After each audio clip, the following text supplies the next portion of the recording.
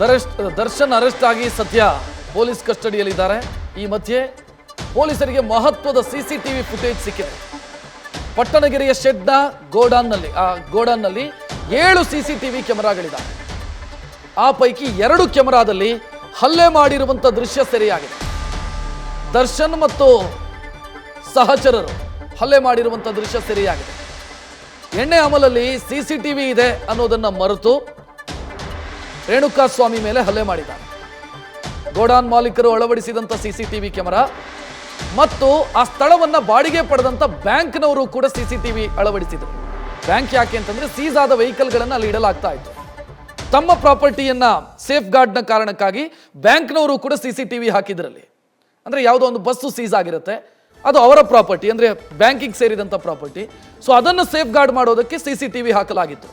ಆ ಸಿಸಿಟಿವಿಯಲ್ಲಿ ಈ ಪಾಪಿಗಳ ಕ್ರೌರ್ಯದ ದೃಶ್ಯಗಳು ಸೆರೆಯಾಗಿದೆ. ನಿನ್ನೆ ಒಬ್ಬರು ಪೊಲೀಸ್ ಅಧಿಕಾರಿ ಮಾತನಾಡಿರುವಂಥ ಆಡಿಯೋ ಒಂದು ವೈರಲ್ ಆಗಿತ್ತು. ಅದರಲ್ಲಿ ಇದರ ಉಲ್ಲೇಖ ಇದೆ, ನೀವು ಗಮನಿಸಿರಬಹುದು. ದರ್ಶನ್ ಹೊಡೆಯೋದು ಸಿಸಿಟಿವಿಯಲ್ಲಿ ಸೆರೆಯಾಗಿದೆ, ಹೊಡಿತಾ ಇರುವಂಥ ದೃಶ್ಯ ಸಿಸಿಟಿವಿಯಲ್ಲಿ ಸೆರೆಯಾಗಿದೆ ಅನ್ನೋದನ್ನು ಮಾತನಾಡಿದರು. ಸೊ ಈಗ ಗೊತ್ತಾಗ್ತಾ ಇದೆ ಒಟ್ಟು 2 ಸಿಸಿಟಿವಿಯಲ್ಲಿ ಈ ಎಲ್ಲ ದೃಶ್ಯಗಳು ಸೆರೆಯಾಗಿದೆ ಅನ್ನೋದು. ಈ ಬಗ್ಗೆ ಹೆಚ್ಚಿನ ಡೀಟೇಲ್ ನೀಡೋದಕ್ಕೆ ನಮ್ಮ ಪ್ರತಿನಿಧಿ ಸಂದೇಶ್ ಫೋನ್ ಸಂಪರ್ಕದಲ್ಲಿ. ಸಂದೇಶ, ಮಹತ್ವದ ಸಾಕ್ಷ್ಯ ಅಂತ ಅನ್ಸುತ್ತೆ ಇಡೀ ಕೇಸ್ನಲ್ಲಿದು. ರಕ್ಷಿತ್, ಖಂಡಿತವಾಗ್ಲು. ಯಾಕಂದ್ರೆ ಕ್ರೈಮ್ ನಡೆದಂತಹ ಸ್ಥಳದಲ್ಲಿ ಸಿಕ್ಕಿರುವಂತಹ ಸಿಸಿಟಿವಿ ವಿಜುವಲ್ಸ್ ಏನಿದೆ ಇದು ಬಹಳಷ್ಟು ಕ್ರೂಷಿಯಲ್ ಆಗ್ತಾ ಹೋಗುತ್ತೆ. ಯಾಕಂದ್ರೆ ಈ ಒಂದು ಪ್ರಕರಣದಲ್ಲಿ ಪ್ರಮುಖವಾಗಿರುವಂತದ್ದು ಆತನ ಮೇಲೆ ಹಲ್ಲೆ ಮಾಡಿರುವಂತಹ ದೃಶ್ಯಾವಳಿಗಳು ಸಿಕ್ಕರೆ ಇದು ಪ್ರಮುಖವಾದ ಒಂದು ಎವಿಡೆನ್ಸ್ ಆಗುತ್ತೆ.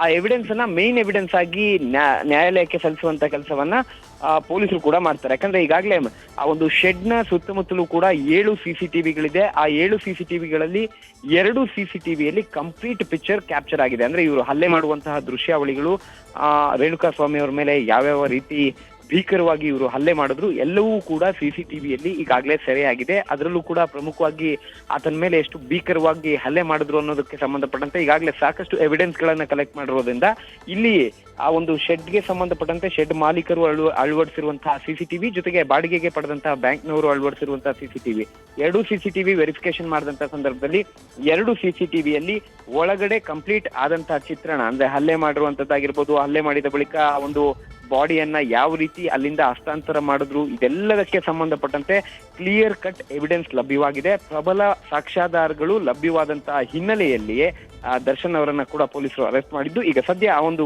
ಸಿಸಿಟಿವಿಯನ್ನ ವಶಪಡಿಸಿಕೊಂಡಿರುವಂತಹ ಪೊಲೀಸರು ಅದನ್ನ FFL ಕಳಿಸಿ ಅದಾದ ನಂತರ ಚಾರ್ಜ್ ಶೀಟ್ ಸಲ್ಲಿಸುವಂತಹ ಸಂದರ್ಭದಲ್ಲಿ ಇದನ್ನ ಪ್ರಮುಖ ಎವಿಡೆನ್ಸ್ ಹಾಕಿ ಸಬ್ಮಿಟ್ ಮಾಡಲಿದ್ದಾರೆ. ರಕ್ಷಿತ್, ಥ್ಯಾಂಕ್ ಯು ಸಂದೇಶ್ ಮಾಹಿತಿಗೆ.